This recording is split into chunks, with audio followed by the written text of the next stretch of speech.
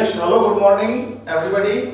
This is R.K. Munna, and in front of you I would like to teach you the basic concept of common error and the first chapter of common error, that is noun and case.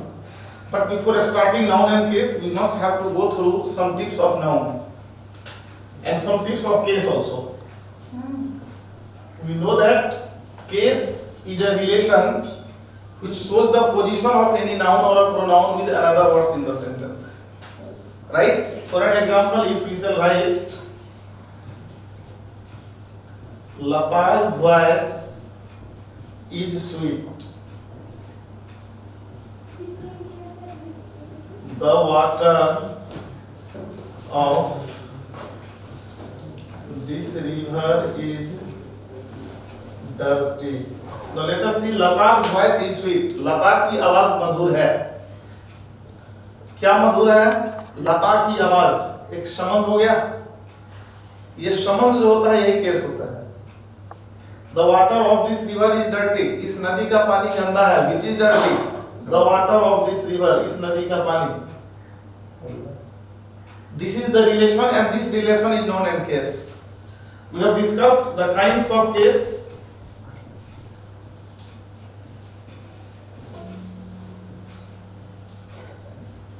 First is nominative case.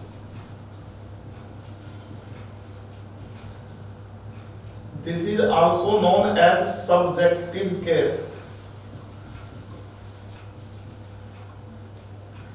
Next is objective case. It is also known as case of object.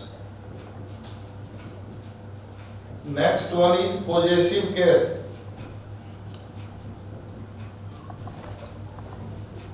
It is also known as genitive case. Next one is vocative case. It is also known as case of address. These are the kinds of case. First of all, we should know that what is nominative case. In comparative English, if we shall talk on grammar, in nominative case, we always know about the subject. Right? And if we have to know about the subject in any sentence, we have to ask question by who or which to the verb. And that answer is always subject. Who or which दोनों का एक ही meaning होता है. Who भी होता है कौन और which भी होता है कौन. Right? Who is used for living thing. Living thing आप लोग समझते हैं, सजीव. Right? And which is used for non-living thing. Which is used for non-living thing. Non-living thing होता है निर्जीव. Right? The subject of any sentence is always in a nominative case. To know about the subject in any sentence, we have to ask question by who or which to the verb, and our answer must be subject. Right? Next one thing is we have to know that either noun or pronoun is known as subject of any sentence. किसी भी sentence का subject जो होता है ना, वो हमेशा noun और प्रोनाउन ही होगा. नाउन और प्रोनाउन के अलावा अदर वर्ड्स होगा, वो सब्जेक्ट नहीं हो सकता है. राइट? नेक्स्ट पॉइंट है, the subject of any sentence may be one word or more than one word also. किसी भी सेंटेंस का सब्जेक्ट जो होता है एक वर्ड भी हो सकता है, और सेंटेंस का सब्जेक्ट एक से अधिक वर्ड भी हो सकता है. For an example, if I shall say my father is a doctor. Question कीजिए, who is a doctor? Answer क्या हो जाएगा? My father. दो वर्ड हो गया subject. Yes. The climate of Patna is not good. Which is not good? The climate of Patna. चार word subject हुआ. The water of this river is dirty. The water of this river. पांच word subject हुआ. तो किसी भी sentence का subject एक word भी हो सकता है, और सेंटेंस का सब्जेक्ट एक से अधिक वर्ड भी हो सकता है. श्योर है? पूरे ग्रामर की अगर बात करते हैं तो आपको ये जानना है कि नॉमिनेटिव केस जो होता है, इस नॉमिनेटिव केस में हम लोग सब्जेक्ट की बात करते हैं। अगर किसी सेंटेंस में हमें सब्जेक्ट का पता करना होता है तो उस सेंटेंस में हम लोग क्वेश्चन करते हैं हु और व्हिच से, जो हमारा आंसर होगा that is always subject. Subject कोई भी नाउन हो सकता है या प्रोनाउन हो सकता है, किसी भी सेंटेंस का सब्जेक्ट एक वर्ड भी हो सकता है और एक से अधिक वर्ड भी हो सकता है। श्योर है? Any confusion? Next case is objective case. In objective case we know about the object. हम लोग ऑब्जेक्टिव केस में ऑब्जेक्ट के बारे में जानते हैं। In common error it is always asked, common error हमेशा क्या रहेगा कि किसी भी सेंटेंस का ऑब्जेक्टिव केस में जो कोई क्वेश्चन होगा वो ऑब्जेक्ट में नहीं रहेगा, आपको वहां ऑब्जेक्ट में बना देना है। सब्जेक्ट को हमेशा नॉमिनेटिव केस कर देना, अदर केस है तो वहां गलती है, उस गलती को आपको ढूंढना है, right? Next is objective case. In objective case we know about the object in any sentence. If we have to know about the object, we have to ask question by what or whom, right? What को हम लोग बोलते हैं क्या, और whom को हम लोग बोलते हैं किसे। What होता है क्या और whom क्या होता है किसे। तो किसी भी सेंटेंस में अगर हमें ऑब्जेक्ट का पता करना हो तो उस सेंटेंस के वर्ब में हम लोग क्वेश्चन करते हैं what और whom से, राइट? नाउ लेट अस सी, ऑब्जेक्ट जब भी होता है वो ट्रांजिटिव वर्ब का होता है। कोई भी वर्ब आप लिखिए, जिसे हम लोग बोलते हैं read, right, play, eat, these are verbs. You have to ask question by who or which to these verbs. In verbs में आप क्वेश्चन कीजिए who और which से। For an example, I shall say I read, मैं पढ़ता हूं। Question कीजिए क्या पढ़ता हूं, कुछ ना कुछ जवाब है? नहीं है जवाब? है। कुछ पढ़ेंगे तो ही कहेंगे कि पढ़ेंगे। कहेंगे आई एम रीडिंग, मैं पढ़ रहा हूं, तो कुछ पढ़ रहे होंगे तो ना कहेंगे कि पढ़ रहे हैं। स्टेटमेंट कभी भी गलत नहीं होता, राइट? नेक्स्ट हमारा है राइट। कहेंगे यू राइट, आप लिखते हैं, कुछ ना कुछ लिख रहे होंगे तो कहेंगे कि आप लिखते हैं, मींस इसका आंसर है। यू प्ले, आप खेलते हैं, कुछ ना कुछ खेलेंगे तो ना कहेंगे खेलते हैं, इस प्ले का आंसर है। यू ईट, आप खाते हैं, क्या खाते हैं, तो कुछ ना कुछ आंसर है। तो अगर किसी सेंटेंस में व्हाट और whom से क्वेश्चन किया जाए और उसका अगर आंसर होता है तो this types of verb is known as transitive verb. ऐसे वर्ब क्या कहलाते हैं? Transitive verb. And transitive verb has always object in the sentence. Transitive verb का सेंटेंस में हमेशा ऑब्जेक्ट होता है, राइट? इंट्रांजिटिव वर्ब को समझिए आप। कोई ऐसा वर्ब जिसमें आप क्वेश्चन करें और उसका आंसर नहीं हो, जिसे हम लिखते हैं सिली, वीप। फिर उसके बाद जैसे कि हम लोग लिखते हैं स्लीप, जैसे स्लीप में आप क्वेश्चन कीजिए, फिर लिखते हैं जैसे लाफ। स्लीप क्या होता है? सोना। वीप क्या होता है? रोना। लाफ क्या होता है? हंसना। अगर हम लोग क्वेश्चन करेंगे आई स्लीप, मैं सोता हूं, क्या सोता हूं, कुछ ना कुछ आंसर होगा इसका? नहीं होगा। किसे सोता हूं, है कोई जवाब? आई वीप, मैं रोता हूं, क्वेश्चन कीजिए क्या रोता हूं, कोई जवाब है? किसे रोता हूं, कोई जवाब है? तो जब क्या और किसे से क्वेश्चन किया जाए और उसका आंसर नहीं हो, this type of verb is known as intransitive verb. ऐसे वर्ब क्या होते हैं? Intransitive verb, right? An intransitive verb has always complement in the sentence. आपको दो डिफरेंसेस हमने यहां दिया और बहुत बड़ा डिफरेंस है। ट्रांजिटिव वर्ब का हमेशा ऑब्जेक्ट होता है और इंट्रांजिटिव वर्ब का हमेशा कंप्लीमेंट होता है। How we define transitive and intransitive? By asking question with what or whom. If our answer is that is transitive, if we don't have any answer, that is intransitive. Are you sure? Any confusion? One more thing in object we have to know. Object is of two types. Object के दो type होते हैं। Object के दो type होते हैं। एक type होता है जिसको हम लोग बोलते हैं डायरेक्ट ऑब्जेक्ट, ओके, और दूसरा टाइप है इसको हम लोग बोलते हैं indirect object. First is direct and second is indirect. Okay, direct object जो होते हैं ये होते हैं प्लेस, और थिंग डिनोटिंग ऑब्जेक्ट, और इनडायरेक्ट जो होते हैं ये होता है person denoting object. An object which indicates और थिंग डिनोटिंग ऑब्जेक्ट, और इनडायरेक्ट जो होते हैं ये होता है person denoting object. An object which indicates yes object is of two types, direct object and indirect object. Direct object place or thing denoting object and indirect object is person denoting object. In any sentence we can see that direct and both indirect. He gave me a pen, उसने मुझे एक कलम दिया। यहाँ अगर हम लोग को डायरेक्ट और इनडायरेक्ट दोनों को ढूंढना हो तो सबसे पहले जो हमारा वर्ब है, यहाँ देना वर्ब है गिव। इस वर्ब में आप क्वेश्चन करें हु और व्हिच से। अगर इस वर्ब में क्वेश्चन करेंगे हु और व्हिच से तो सब्जेक्ट का पता चलेगा, लेकिन ऑब्जेक्ट के लिए हमें पता करना होगा व्हाट और whom से, राइट। उसने मुझे एक कलम दिया, क्या दिया? कलम।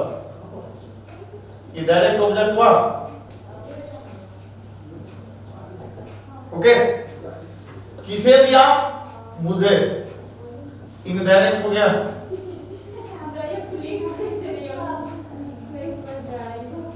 Are you sure? तो किसी भी सेंटेंस में हमें डायरेक्ट और इनडायरेक्ट दोनों को अगर बात आती है तो हम लोग उस क्वेश्चन उस सेंटेंस में क्वेश्चन करेंगे, और अगर हम लोग क्या से क्वेश्चन करते हैं और किसे से क्वेश्चन करते हैं, और अगर दो आंसर होता है तो जो वस्तु को इंडिकेट करने वाला होगा वो होगा डायरेक्ट, और जो व्यक्ति को इंडिकेट करने होगा वो हो जाता है indirect, okay. And next case is our positive case, right. itself suggests possessive संबंध कारक होता है। It indicates the relation, it shows the relation of any noun or pronoun with another word in the sentence. ये sentence में किसी भी word का position दिखाने का काम करता है, रिलेशन को दिखाने का काम करता है। Now we have to see the formation of possessive case. आप possessive case को बनाते कैसे हो? Formation of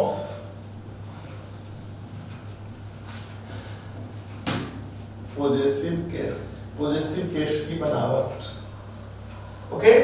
For this we have to see that if noun is living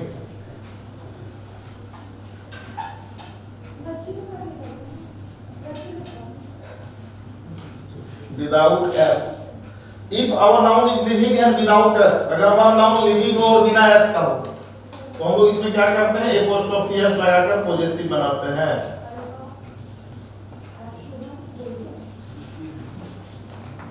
बुआ है, इसको पॉजेसिव बनाना है तो बुआ में हम लोग एपोस्ट्रोफी एस जोड़ देंगे, बॉयज हो जाएगा। कैट है, कैट्स बन जाएगा। गर्ल है, गर्ल्स बनेगा। डॉग है, डॉग्स बनेगा, right. If our noun is living end with S, अगर नाउन लिविंग हो और s के साथ हो, in that condition for example we have to write students, teachers, doctors. s लगा हुआ है, इसको पॉजेसिव बनाना है तो हम लोग इसमें केवल एपोस्ट्रोफी जोड़ देंगे तो पॉजेसिव बन जाएगा। पॉजेसिव बन गया। टीचर्स पॉजेसिव बन गया। डॉक्टर्स पॉजेसिव बन गया। अगर नाउन s के साथ हो तो केवल एपोस्ट्रोफी जोड़ते हैं, विदाउट s हो तो एपोस्ट्रोफी s जोड़ते हैं in case of living, right. And other if our noun is non living we have to use of and form possessive. In case of non living, in case of non living we use of. Non living के case में हम लोग of लगाएंगे और possessive बनाते हैं। हम एक सेंटेंस लिखते हैं, पटना की जलवायु। काके की किसके साथ है? पटना के साथ। पटना नॉन लिविंग है तो काके की है तो ऑफ लगा देंगे, जलवायु यहाँ आएगा और पटना यहाँ चला जाएगा। जलवायु की इंग्लिश क्या होती है? क्लाइमेट, और पटना हम इधर ले आए। Our structure is noun plus of plus noun. जो noun पहले वहां तो लगा देंगे। Yes. If the structure of any sentence is noun plus of plus noun, we use the before the first noun, right?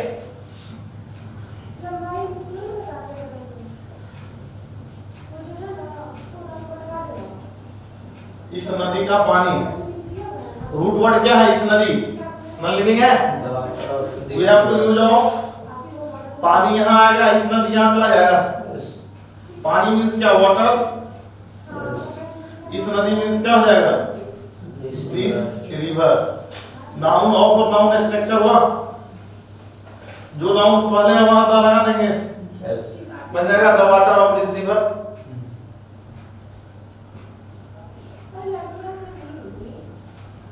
मेरे कमरे की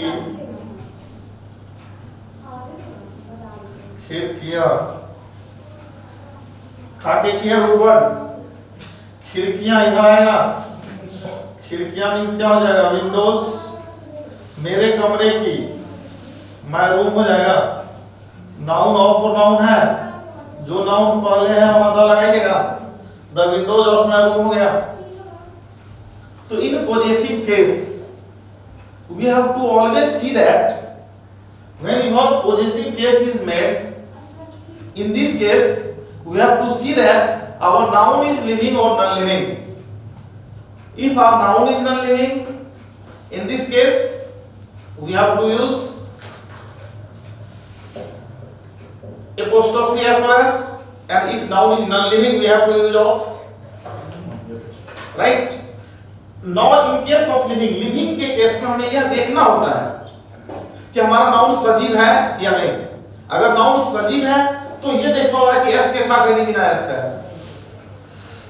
कभी कभी ऐसी भी स्थिति होती है जिसे हम लोग ऐसा लिखते हैं, यह लड़कों की मांग है। लड़कों की मांग कौन है, सब्जेक्ट को ये दिस हो जाएगा, इज हो जाएगा। रूट वर्ड क्या है, काके की किसके साथ है, लड़कों के साथ। लड़कों का मतलब क्या हो गया, बॉयज। मांग का मतलब क्या हो जाएगा, डिमांड। देखिए डिमांड यहाँ पर नाउन है, बॉयज नाउन है, एपोस्ट्रोफी लगा दीजिएगा, दिस इज बॉयज डिमांड हो जाएगा, यह लड़कों की मांग है। बोलिए। Yes. तो ये आपको पॉजेसिव बनाने का तरीका होता है। जब कभी भी आपको पॉजेसिव से जुड़ा हुआ क्वेश्चन हो कॉमन एरर में, तो इस प्रकार के क्वेश्चंस को आपको वहां देखना होगा, राइट। एक हम लोग जैसे एरर लिखते हैं कॉमन एरर, देखिए किस प्रकार से पॉजेसिव से जुड़ा हुआ क्वेश्चन पूछा जाता है।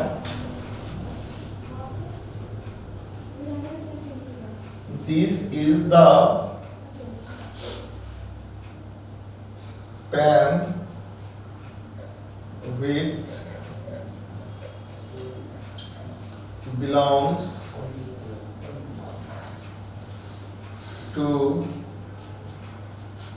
the brother of Ram.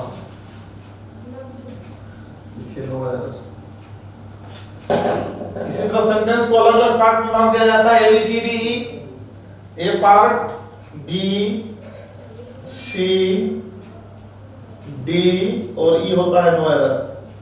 अब आप लोगों को यहां ढूंढना है एरर की गलती कहां है। This is the pen which belongs to the brother of Ram. Possessive बनाने का दो शर्त है आपको, दो कंडीशन है, एक एपोस्ट्रोफी एस होता है, दूसरा ऑफ होता है। यहां पर देखिए ब्रदर ऑफ राम दिया है, राम लिविंग है कि नॉन लिविंग है, नॉन लिविंग नहीं लिविंग है, लिविंग है तो ये केस नहीं होगा, गलती यही हो गई। इसी गलती को ढूंढना कॉमन एरर कहलाता है बच्चे। तो आप क्या करेंगे, ब्रदर ऑफ राम को सही करेंगे तो राम से ब्रदर हो जाएगा, राम से ब्रदर हो गया। तो एरर किस पार्ट में हो गया, डी में। One more question we can write. एक और क्वेश्चन हम लोग देखते हैं, इसे देखिए। You are going to college with C.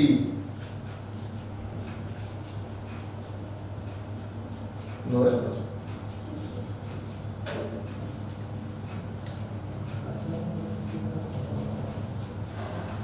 You are going to college with C. देखिए आपको हम रूल बताए थे कि सेंटेंस में प्रीपोजिशन के बाद ऑब्जेक्ट होता है, हमारा वर्ब कुछ भी क्यों ना हो। यहाँ पर देखिए विद प्रीपोजिशन है, तो इस प्रीपोजिशन के बाद ऑब्जेक्टिव केस होना चाहिए। सी कौन सा केस है, नॉमिनेटिव केस है, इसका ऑब्जेक्टिव केस क्या होगा? एरर आपका कहां हो गया? डी में हो गया। तो जब कभी भी आपके सामने कॉमन एरर से जुड़ा हुआ क्वेश्चन आता हो तो you don't have to get worry in those type of question, because that type of question is very easy, but you have to go through my concept. आप अगर मेरे कांसेप्ट से कॉमन एरर को बनाते हैं तो कॉमन एरर में कहीं कोई गलती आपको नहीं होगी, कॉमन एरर आप आराम से पकड़ सकते हैं। और अगर आप किसी भी एग्जाम के क्वेश्चन में कॉमन एरर को सॉल्व कर लिए तो इट मींस आपको एग्जाम में स्कोर मार्क जो पास मार्क होता है उसके नियर अबाउट आप चले जाएंगे। कॉमन एरर है, सेंटेंस इंप्रूवमेंट है, ये दो तो कंप्लीट ग्रामर की चीज है। अगर आप इस दो सेक्शन को बना लेते हैं तो मैक्सिमम चांसेस होती है कि आप इंग्लिश में अपने मार्क्स को स्कोर कर सकते हैं। Right? Now we have to start how to make common error. हम लोग कॉमन एरर बनाते कैसे हैं, कॉमन एरर बनाने के लिए क्या प्रोसेस होता है, आज मैं उस पर थोड़ा सा आपको दिक्कत जो है डिस्कस करना चाहूंगा। राइट?